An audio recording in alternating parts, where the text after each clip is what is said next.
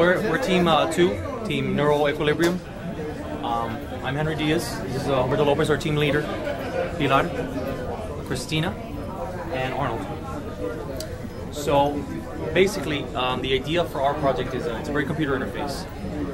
There is a correlation between the frequency of brainwaves readable off the scalp of a human being and their intent in the sense of concentration or relaxation. So for our project, what we're doing is we have 2 nodes placed here, which Arnold will place on his forehead, and a reference node on the ear, which will read the signals from his brain in a very general state. This frequency is sent into this PCB we created, which is filtering and amplifying it. It's very low signal. It's on the 100 microvolt, like 1 microvolt range? Between 1 and 100 microvolt range, so very, very low and very susceptible to noise. This actually filters it and amplifies the signal, which then goes to this red PCB, which is the Beagle board. It's a small development kit using a chip. It runs off 5 volts and is able to run Angstrom Linux. So it's basically a mini computer.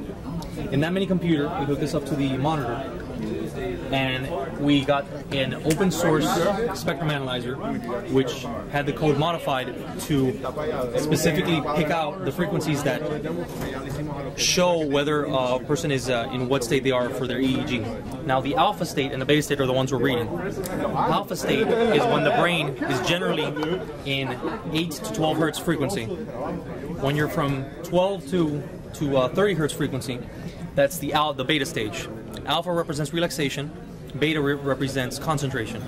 So we're reading very generally from Arnold. This is the actual frequency right now on this. This is the FFT, and there's 2 bar graphs showing the relative strength of each stage, the alpha and the beta.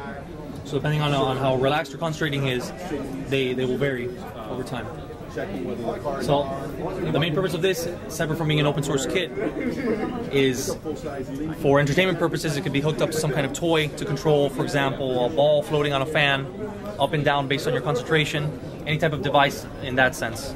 But that's for our prototype. The medical applications for brain computer interfaces are very, very huge and advancing by leaps and bounds.